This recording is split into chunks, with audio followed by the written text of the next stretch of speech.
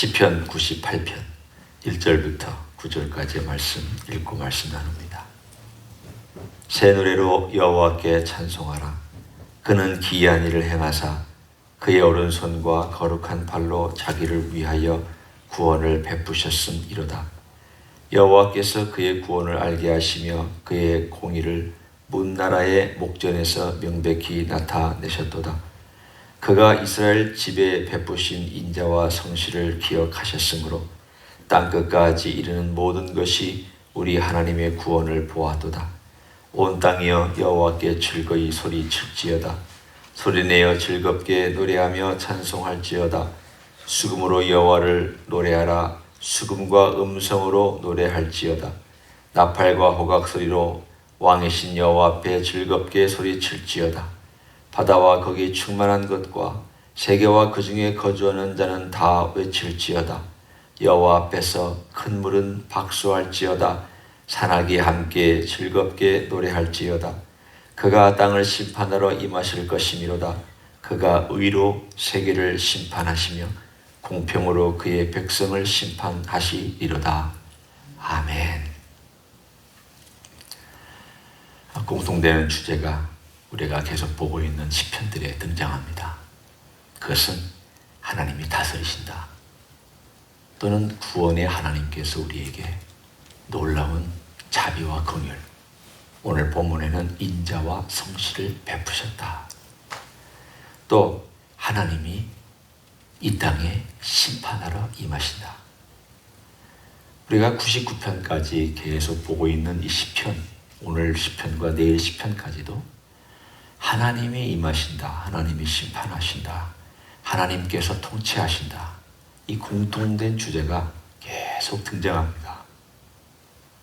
그런데 그 하나님의 심판과 하나님의 통치가 단순히 이스라엘 땅에만 국한된 것이 아니라 전 세계에 걸쳐서, 심지어는 인간이 모른다고 생각하는 바다 깊숙한 곳과 또 하늘, 그리고 숨겨져 있는 모든 숲속에 있는 것들조차도 언젠가 하나님을 찬양하는 날이 올 것이다 라고 그렇게 노래하고 있습니다. 오늘 여기에 보면 8절에도 그런 표현이 등장합니다. 여호와 앞에서 큰 물은 박수할지어다. 일반적으로 큰 물이나 많은 물이나 또는 큰 바다는 혼돈을 상징합니다. 혼란한 세계를 상징합니다. 어떨 때는 이방 세계를 큰 물이나 바다라고 상징합니다.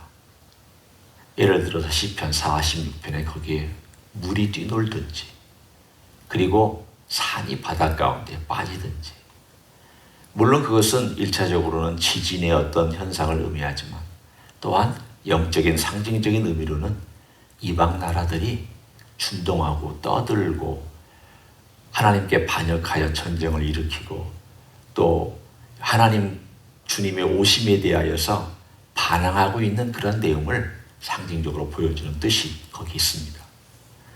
그런데 오늘 본문에 보면 이 큰 물이 박수를 한다고 나옵니다. 다시 바꿔 얘기하면 큰 물이 요동치는 소리가 오히려 무엇으로 바뀌는가 하면 하나님을 찬양하는, 하나님을 경배하는, 다시 오시는 주님의 재림을 준비하며 맞이하는 노래를 오늘 98편에 하고 있습니다. 이런 점에서 오늘 98편의 스케일은 장차 회복될 나라를 바라보고 있는 한 신앙인이 앞으로 하나님께서 오시면 얼마나 좋을까.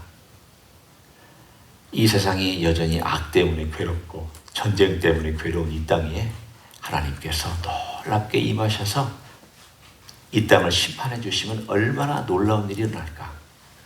그것을 마치 환상을 보듯이 시적인 감동을 가지고 노래하고 있습니다. 그러니까 우리 마음속에 하나님께서 영광 가운데 임하시는 것이 어떤 것일까? 저나 여러분이나 그런 어떤 시적인 상상력이나 영적인 상상력을 가지고 어떻게 기대하고 살아갈까 하는 점과 이 시편 기자가 상상력과 영적인 기대감을 가지고 노래하는 것과 한번 비교해 보십시오. 나는 그런 기대감이 있는가? 나는 마치 이 바다가 막 하나님께 박수 치듯 하나님 우리 주님 오십시오. 주님 오셔서 이 땅을 통치해 주십시오. 바람이 막 불어 나무들과 숲에 있는 나무들이 막 움직일 때 저 친구들이 하나님을 향하여 박수를 치면서 하나님께 영광을 돌려드리고 하나님 어서 오십시오. 주님 어서 오십시오라고 그렇게 노래하고 있는 환상을 보고 있는가. 얼마나 놀라운 일입니까? 같은 사물을 보고 있는데도 느끼는 바람이 다르고 느끼는 구름이 다르고 느끼는 바닷물 소리가 다르고 느끼는 일들이 다르니 오늘 시편 기자와 같은 그런 마음으로 또 좀 하나님을 이렇게 우리 주님을 좀 이렇게 찬양했으면 좋겠다. 그리고 주님의 오심을 이렇게 기다렸으면 좋겠다. 마치 큰 물이 기다리고 나무들이 기다리고 동물들이 기다리듯이 했으면 좋겠다. 로마서 8장이 생각납니다. 피조물이 탄식하는 것은 자기의 뜻이 아니다. 그렇게 만들어주신 분 때문에 그렇게 하는 거다. 그 온 피조물이 탄식하며 기다리는 것은 하나님의 아들들이 나타나는 것이다. 거기서 하나님의 아들들이 나타난다는 것은 그 아들들이 우리 주님과 함께 천사들이 임하는 것일지 주님과 함께 구원받은 백성이 이 땅에 다시 돌아와서 재림의 영광 가운데 이 땅에 임하는 것일지 두 가지 해석이 다 가능하지만 확실한 것은 우리 주님께서 오시는 그때에 모든 것이 허무한 것, 허탈한 것, 이 땅에 쓰러지는 것, 썩는 것, 그리고 죽어가는 것, 병든 것들이 다 그 허무 가운데서 회복되고 완전히 구원받는 역사가 일어날 것입니다. 그 구원을 오늘 98편이 노래하고 있습니다. 이 98편은 장차 이루어질 이 시편 기자의 입장으로서는 장차 이루어질 구원입니다. 그렇지만 우리에게는 그 구원이 현재 이루어지기는 구원이며 또 앞으로 이루어질 구원입니다. 보십시오. 두 번 그런 표현을 사용하고 있습니다. 1절에 새 노래로 여호와께 찬송하라. 찬송할 이유가 그 다음에 나옵니다. 그는 기이한 일을 행하사 그의 오른손과 거룩한 팔로 자기를 위하여 구원을 베푸셨음이로다. 물론 이 베푸셨다라는 것이 과거 형태입니다. 하나님께서 구원을 베푸셨다. 그러니 그분의 놀라움을 찬양해라. 그렇지만 여러분, 오늘 본문에서 구원을 베푸셨다라는 것이 미래 완성형이라고 생각해 보십시오. 왜냐하면 여기에 3절에 이르는 것이 거기에 그 의미를 해석해 주고 있습니다. 그가 이스라엘 집에 베푸신 인자와 성실을 기억하셨으므로 땅끝까지 이르는 모든 것이 우리 하나님의 구원을 보았도다. 이 시편의 기자가 이 시편을 썼을 때에 땅끝이 하나님의 구원을 보았습니까? 보지 못했습니다. 땅끝이 하나님의 구원을 경험했습니까? 경험하지 못했습니다. 지금 시편 기자는 미래에 이루어질 일을 이미 이루어진 것처럼 노래하고 있습니다. 하나님께서 그렇게 하셨다. 언제? 미래에 그렇게 하셨다. 그 얘기입니다. 우리는 그것을 미래 완성형이라고 얘기를 합니다. 하나님께서 이루셨다. 이미 이루셨다. 그건 과거에 이루셨다는 의미가 아니라 앞으로 이루셨다는 것이 확정되었다는 뜻입니다. 이건 분명히 일어날 것이기 때문에 이미 일어난 것과 다름이 없는 표현을 예언이나 또는 시편이나 이런 데서 사용합니다. 장차 땅끝이 하나님의 구원을 보았다. 지금도 보고 있습니다. 지금도 땅끝은 여전히 땅끝은 움직이고 있습니다. 과거에는 스페인의 저끝 지브롤터 해협이 땅끝이라고 생각했습니다. 또 언젠가는 땅끝이 돌고 돌아서 저 아시아의 인도라고 생각했습니다. 땅끝이 우리 같은 극동지방이라고 생각했습니다. 지금은 땅끝을 터키나 이스라엘이라고 다시 또 생각합니다. 다시 돌아왔던 대로 돌아가는 거기가 땅끝이라고 얘기를 합니다. 땅끝은 지금도 계속 움직이고 있습니다. 아직도 한 300여 부족과 민족들이 우리 예수님의 복음을 들어보지 못하고 있습니다. 많이 줄었습니다. 오늘 그 놀라운 이야기를 구원을 베푸신 하나님께서 무엇 때문에 구원을 베푸셨는지를 오늘 본문에 우리에게 특징으로 한 가지 보여줍니다. 98편 1절에 나와 있는 특이한 표현입니다. 한번 보십시오. 거기에 뒤에 보면 그의 오른손과 거룩한 발로 자기를 위하여 구원을 베푸셨음이로다.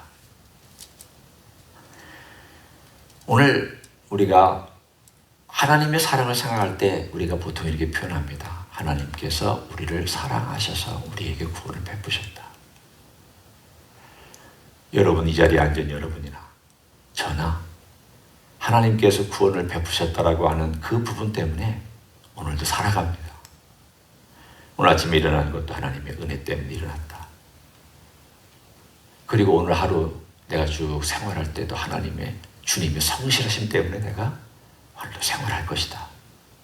그리고 하루를 마감할 때에도 오늘 하루 나를 지켜주셨고 성실하게 행하셨다. 이게 새롭게 느껴질 때도 있고 또 습관적으로 느껴질 때도 있지만 하여간 하나님께서 성실하게 이 땅을 인도해 주시니까 우리를 위하여 하나님께서 은혜를 베푸셨구나 라고 할 때 우리는 쉽게 우리를 위하여 라는 표현을 씁니다. 그것은 2차적입니다. 97편에 우리는 특이한 하나님의 모습을 보았습니다.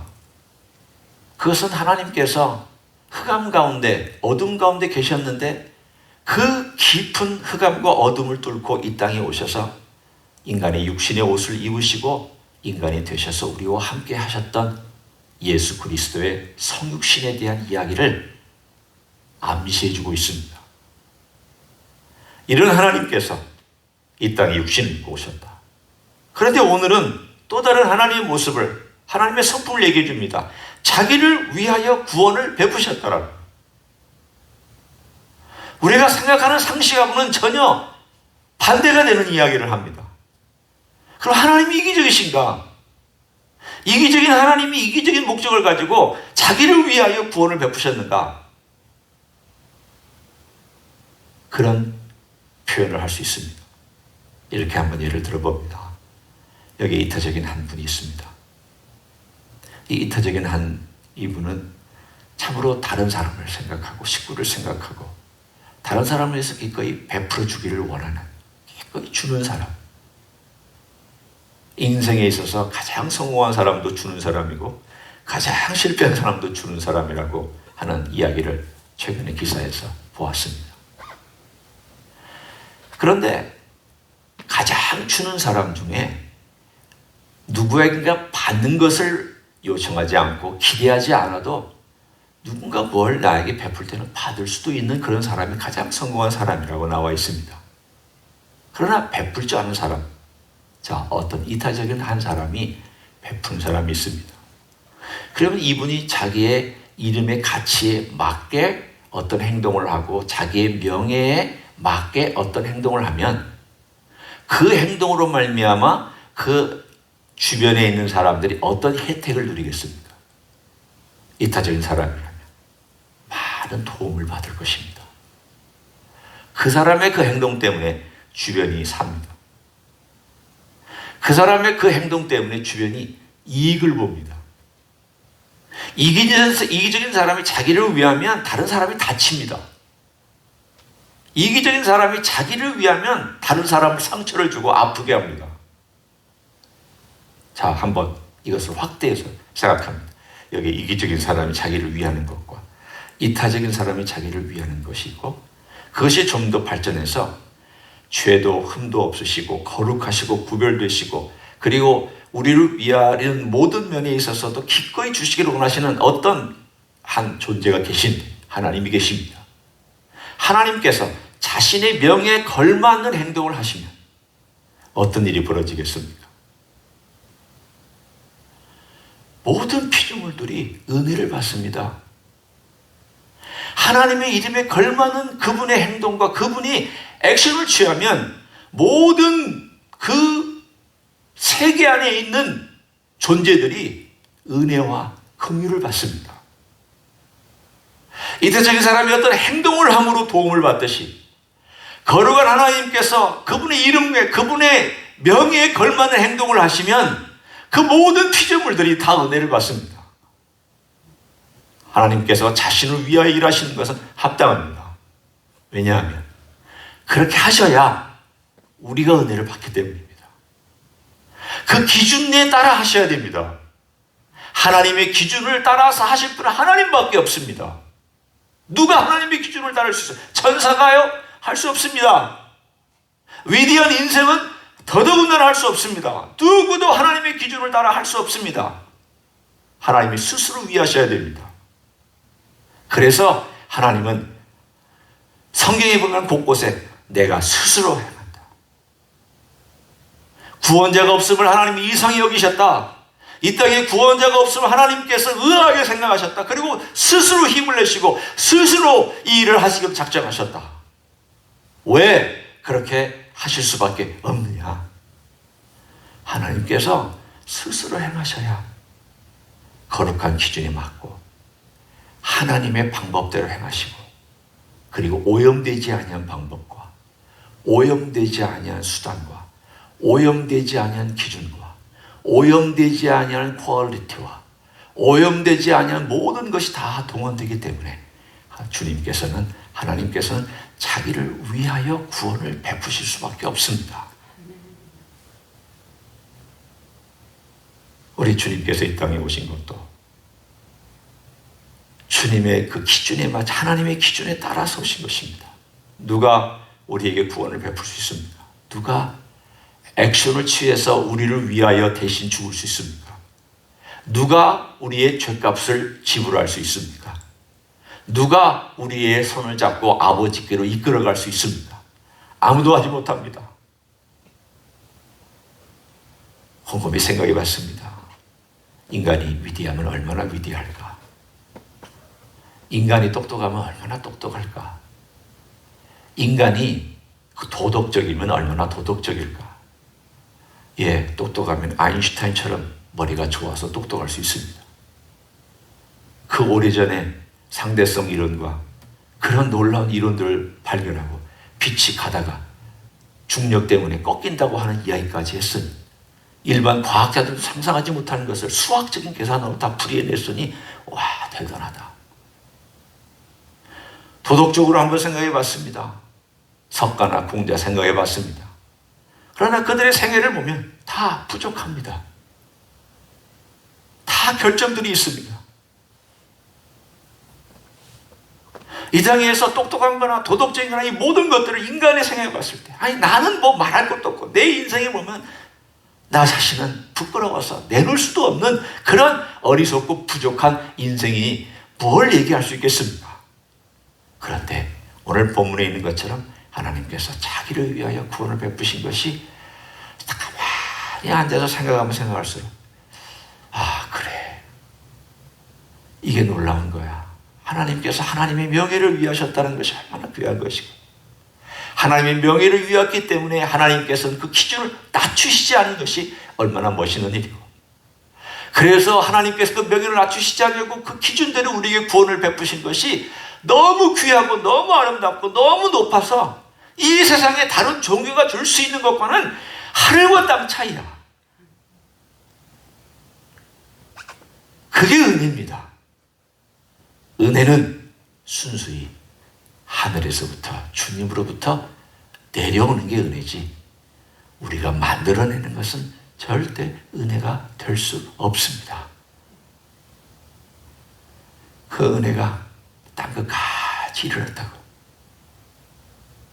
이스라엘 백성에게만 주셨던 그 은혜가 땅끝까지 이르러 우리 하나님께서 그 놀라운 일을 행하시는 것을 땅의 끝이 보면서 즐거워하고 물이 소리를 치며 바다가 노래하며 인생들이 노래하며 구원받은 백성들이 하나님께 경배한다고 하는 놀라운 이미지를 98편에 우리들에게 보여주고 있습니다. 주님께서 자신의 이름을 위하여 이 일을 행하셨다는 것이 얼마나 감사한지, 그리고 흔들리지 아니한 그 기준을 따라서 우리에게 구원을 베푸신 것이 얼마나 귀한지, 그리고 내가 그 안에 들어왔다는 것이 얼마나 귀한 일인지. 사실은 선 하나 이쪽과 저쪽인데, 자칫 잘못했으면 나는 이쪽에 속할 뻔했는데 어떻게 내가 주님의 그 놀라우신 은혜로 말미암아 이쪽에 속하여서 내가 주님을 만날 수 있고 하나님을 찬양할 수 있는 백성이 되었는지, 사실은 어떤 때는 가만히 생각해보면 깜짝깜짝 놀랄 때가 있습니다. 아이고, 자칫하면 나도 이쪽에 있을 뻔했는데. 여러분, 교회 다닌다고 다 이쪽에 있는 거 아닙니다. 예수님 믿는다고 고백한다고 다 이쪽에 있는 거 아닙니다. 예수 믿는다고 고백했지만 삶이 변하지 아니하고 얼마든지 자기 뜻대로 살아가는 사람 많이 보았습니다. 저도 그런 인생이 될 뻔했습니다. 그런데 그런 인생을 살지 아니하고 우리 주님을 배워가고, 주님이 나 같은 인생이 별것도 아닌데 그 은혜가 나에게까지 미쳤구나, 나에게까지 흘러들어왔구나, 땅끝이라고 하는 내 속까지. 사실은 여러분, 땅끝은 죄인의 마음이 땅끝입니다. 주님의 복음이 들어가지 아니하고 주님의 은혜가 들어가지 아니한 그 자리나 그 사람의 마음이 땅끝입니다. 그 땅끝에서 내가 구원받고 이렇게 하나님을 찬양할 수 있구나. 오늘 하루도 땅끝에 있던 내가 구원받았구나. 땅끝에서 죽을 뻔한 내가 살게 되었구나.